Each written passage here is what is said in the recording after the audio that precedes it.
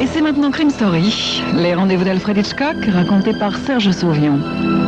Aujourd'hui, Remède contre l'ennui de Patricia Smith.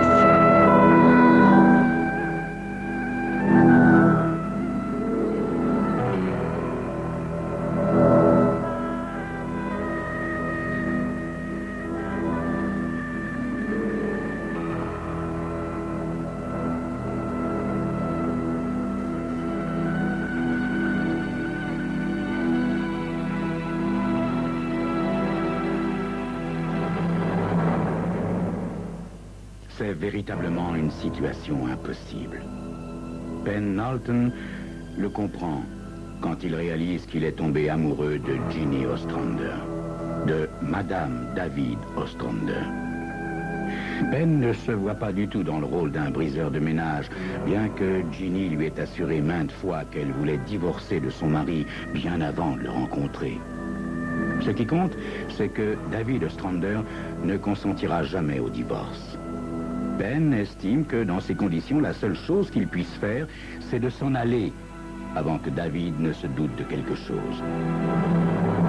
Ben monte au premier étage de la maison et frappe à la porte de Ginny. « C'est toi, Ben? Entre !» Allongée sur son lit, elle feuillette des magazines. « Comment vas-tu, Ben, chérie ?» susurre-t-elle en rejetant ses longs cheveux roux vénitiens en arrière. Parfois, il lui arrive de l'appeler ainsi, même quand David est présent. « Fort bien, » répond-il avec un sourire en s'asseyant sur le bord du lit. Ginny regarde vers la porte comme pour s'assurer qu'ils sont bien seuls, puis, avançant les lèvres, elle esquisse un baiser. « Tu vas me manquer ce week-end, Ben, chérie. À quelle heure partez-vous demain? » Eh bien, David souhaite s'en aller aussitôt après le déjeuner. En ce qui me concerne, Ginny, ce sera la dernière fois. Ensuite, je quitte la maison. « Tu nous quittes ?» fait-elle en refermant son magazine. « Tu l'as dit à David ?» Non, je lui en parlerai demain. « Tu sembles surprise. Tu sais que si je pars, c'est à cause de toi. Je pense ne pas avoir besoin d'insister. » « Non, bien sûr, Ben, mais... j'ai demandé le divorce, tu le sais aussi. » Elle tombe à ses genoux, lui prend les mains et y appuie son front tandis qu'elle se met à sangloter. Il détourne les yeux et la remet lentement debout, la faisant se lever avec lui. « Ben, tu seras encore dans la région dans 3 mois, quand j'aurai obtenu le divorce. » Tu veux vraiment divorcer, Ginny? Ben, tu te souviens de ce rêve que tu nous as raconté à David et à moi? Ce rêve où tu marchais sur une route à la campagne avec un homme qui tout à coup disparaissait. Tu l'appelais et tu le cherchais sans parvenir à le retrouver. Oui, dit Ben en souriant. Je voudrais que cela arrive avec David. Je voudrais que David disparaisse comme ça brusquement pendant le week-end et sorte ainsi à jamais de mon existence pour que je puisse enfin vivre avec toi. Ben se sent étrangement et terriblement troublé par ces paroles. Je ferais mieux de retourner à ma machine. J'ai encore une demi-heure d'enregistrement à transcrire. Le lendemain, David Ostrander est assis dans la Chevrolet, à côté de Ben, son secrétaire, en route pour la maison de campagne de l'écrivain. Ton silence me laisse penser que tu as quelque chose à me dire, Ben, lance David sans détourner les yeux de la route. Les mains de Ben se crispent sur le volant. Oui, en effet, David, je dois t'annoncer mon intention de reprendre ma liberté dès que ton livre sera terminé. Ah, fait David, sans manifester plus surprise. Tu as une raison particulière pour avoir pris une telle décision?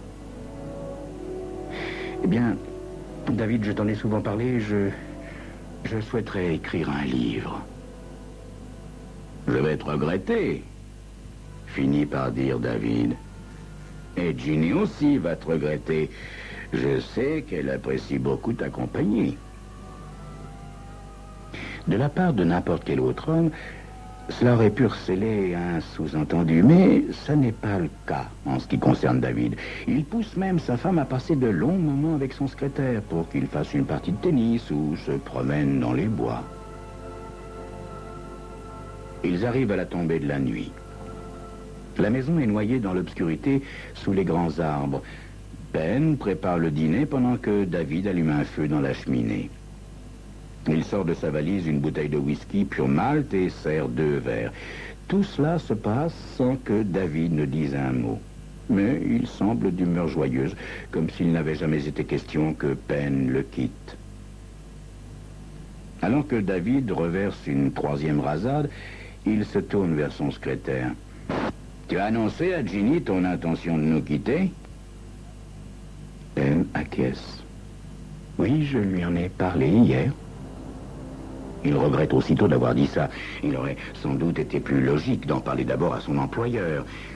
Il lui semble lire la même réflexion dans le regard de David, qui lui demande « Et comment l'a-t-elle pris ?»« Eh bien, elle m'a dit regretter beaucoup que je parte, » déclare Ben, en se levant pour aller ranimer les braises. « Ah, sans plus. Je suis sûr, moi, que ton départ va la bouleverser. » Ben sursaute, comme s'il avait reçu une décharge électrique. « Je ne suis pas aveugle, tu sais. Je vois très bien ce qui se passe entre vous. » Non, vraiment, David, si tu t'imagines que... Non, je sais ce qui se passe derrière mon dos quand je suis dans mon bureau. Insiste David, dont le regard reste impénétrable. Il ne se passe rien derrière ton dos, David. Tu n'as qu'à interroger Ginny. Mais tu dois bien comprendre pourquoi il vaut mieux que je parte. Et je pense même qu'au fond de toi, tu approuves ma décision. Certes, certes, dit David en vidant son verre. Je suis désolé que nous en soyons arrivés là, ajoute Ben. Ginny est très jeune. Je pense aussi qu'elle s'ennuie un peu, non pas à cause de toi, mais à cause de la vie qu'elle mène. Merci de ta précision, Ben, dit David. Puis il marmonne quelque chose d'inintelligible en direction de la cheminée et, faisant volte-face, il annonce « Je vais faire un tour ». Il claque la porte si violemment que les vitres en tremblent, mais à peine est-il dehors qu'il appelle Ben en tambourinant à la fenêtre. « Viens marcher un peu avec moi, ça nous fera du bien à tous les deux ». L'écrivain ne sourit pas. Tout en reposant la cafetière sur la cuisinière, Ben se dit qu'une promenade nocturne en compagnie de David est bien la dernière chose dont il a envie, mais il n'ose refuser. « Tu as la torche électrique ?» demande Ben. « Non, c'est pas la peine. Il y a un beau clair de lune. » Ils dépassent tous deux la voiture garée devant la maison, puis tournent à gauche pour prendre le chemin qui, à travers bois, mène à la source. Au bout de quelques minutes, David rompt le silence. « Tiens, voilà l'occasion de tester ma vue de nuit. Avance de 50 pas, comme ça, je me rendrai compte de ce que je distingue avec netteté. » Ben acquiesce. Il continue d'avancer en comptant à haute voix ses enjambées. « Parfait !» lui crie David. « Parfait, continue !» 48, 49, 50. Ben s'immobilise et se retourne. Ne voyant pas David, il crie « Hé, David, où es-tu » Aucune réponse. Avec un sourire forcé, Ben insiste en enfonçant ses mains dans ses poches. « David, allez, sors de ta cachette !» Silence. Ben retourne lentement à l'endroit où il a laissé son compagnon. Une plaisanterie, sans doute, un peu humiliante, mais il ne veut pas s'en formaliser. Non, David est sûrement rentré et se réchauffe près du feu, pense-t-il. Et il retourne à la maison. La pièce principale est déserte. Aucun bruit ne parvient du bureau où il s'enferme pour travailler. Ben s'assied dans l'unique fauteuil devant la cheminée, après avoir pris le journal au passage. Il s'efforce de concentrer son attention sur ce qu'il lit. Au bout de quelques minutes, il se lève, à la fois contrarié et inquiet. Depuis le seuil de la maison, il appelle de toutes ses forces. « David !» Il va jusqu'à la Chevrolet et s'assure que personne n'est installé à l'intérieur. Alors il regagne la maison et entreprend de la fouiller méthodiquement. Il regarde même sous les lits. Mais que compte faire David? Rentrer au milieu de la nuit pour le tuer dans son sommeil? Oh non, c'est insensé. Aussi extravagant qu'une de ces idées que David note pour ses romans, se dit Ben. Soudain, il repense à ce rêve qu'il a fait et se rappelle le bref mais intense intérêt que David a manifesté quand il le lui a raconté. « C'était peut-être moi l'homme qui t'accompagnait », avait dit David, tandis que ses yeux bleus prenaient un éclat particulier. « Peut-être que tu aimerais que je disparaisse, Ben. » Ben se rappelle que ni Ginny ni lui n'ont fait le moindre commentaire, pas plus qu'ils n'en ont parlé par la suite. Cela remonte à plus de 2 mois maintenant. Ben chasse cette réminiscence de son esprit. Non, David a probablement souhaité être seul un moment. Il a dû aller jusqu'au lac et n'a pas eu la courtoisie élémentaire de l'en avertir.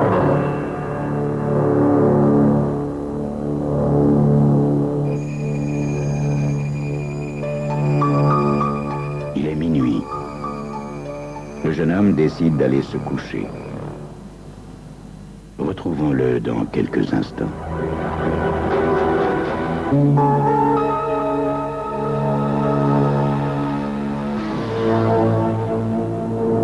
Ben se réveille à 6h30. Enfilant sa robe de chambre, il va dans la salle de bain et se rend tout de suite compte que la serviette de David est toujours là où il l'a négligemment jetée après s'être lavé les mains au moment du dîner la veille. Ben prend rapidement une douche, s'habille et sort de la maison.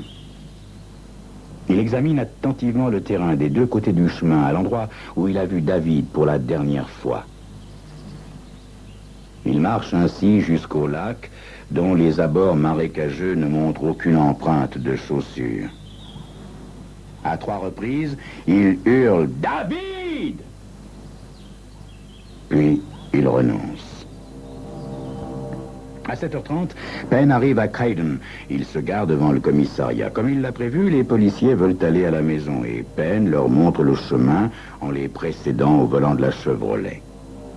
Il leur montre où il a vu David Ostrander pour la dernière fois. Il leur explique que l'écrivain voulait tester sa vue pour se rendre compte de ce qu'il pouvait distinguer avec netteté à 50 pas de distance par nuit claire.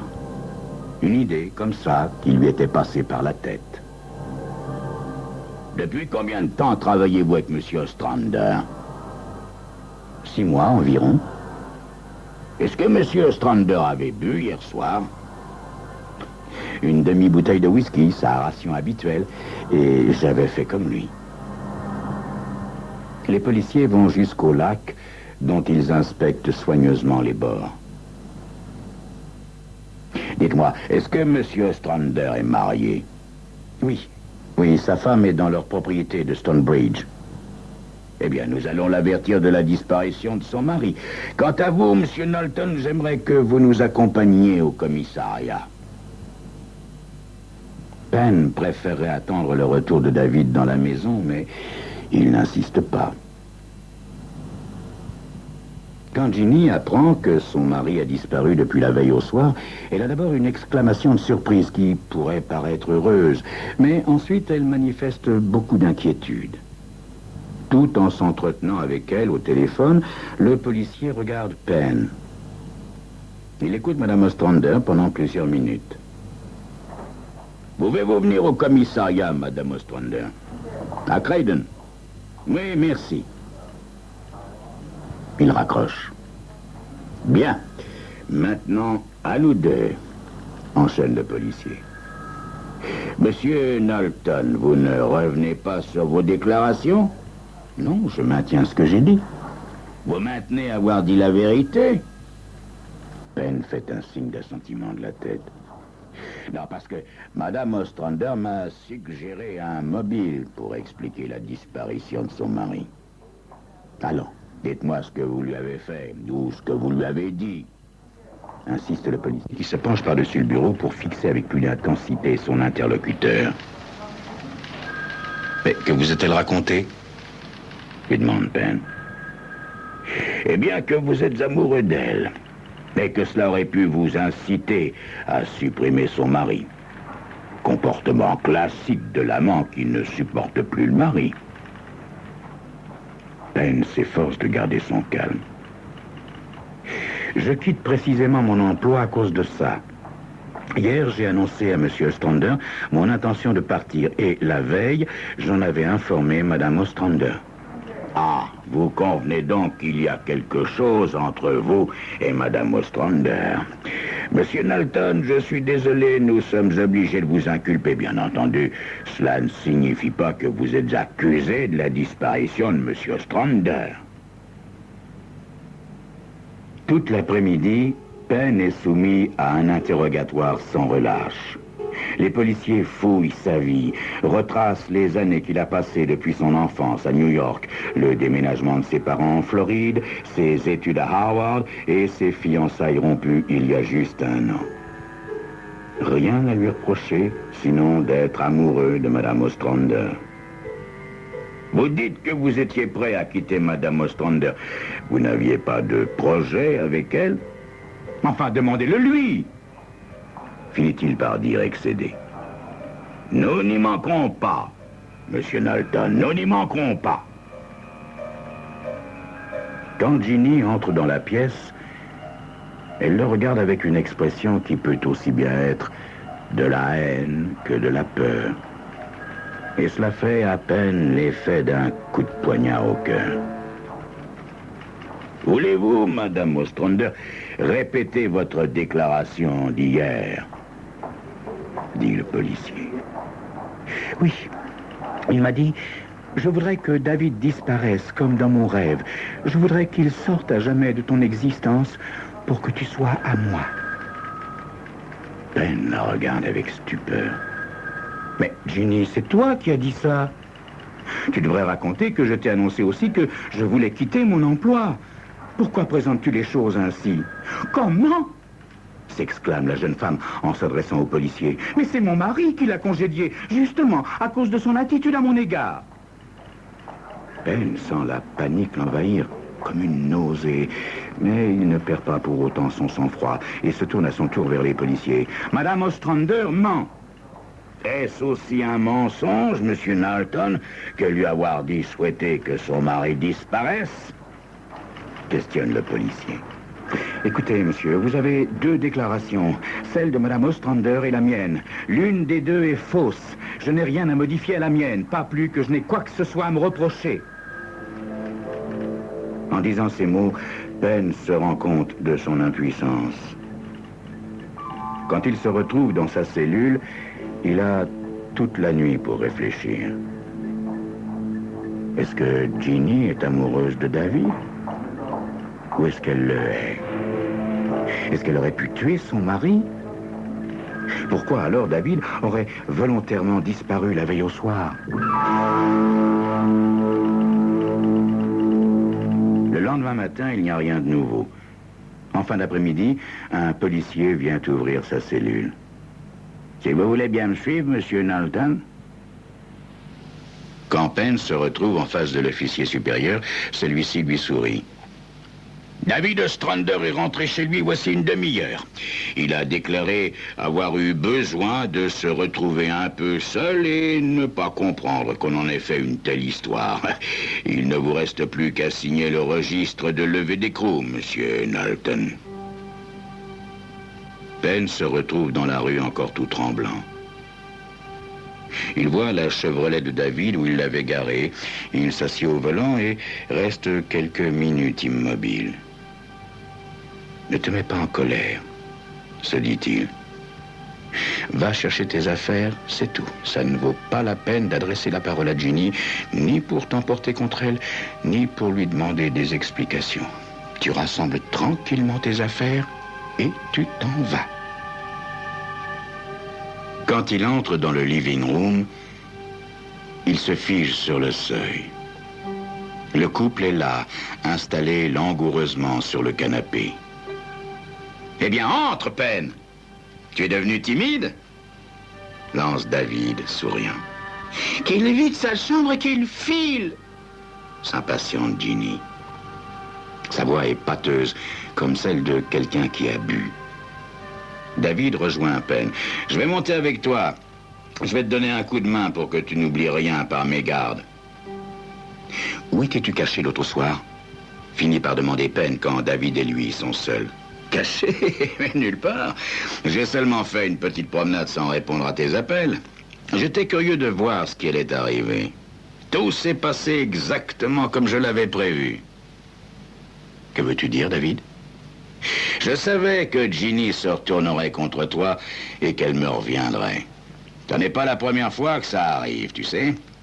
Tu étais naïf de croire qu'elle allait divorcer pour te suivre. Vraiment naïf. Penn se retourne. Écoute-moi, David.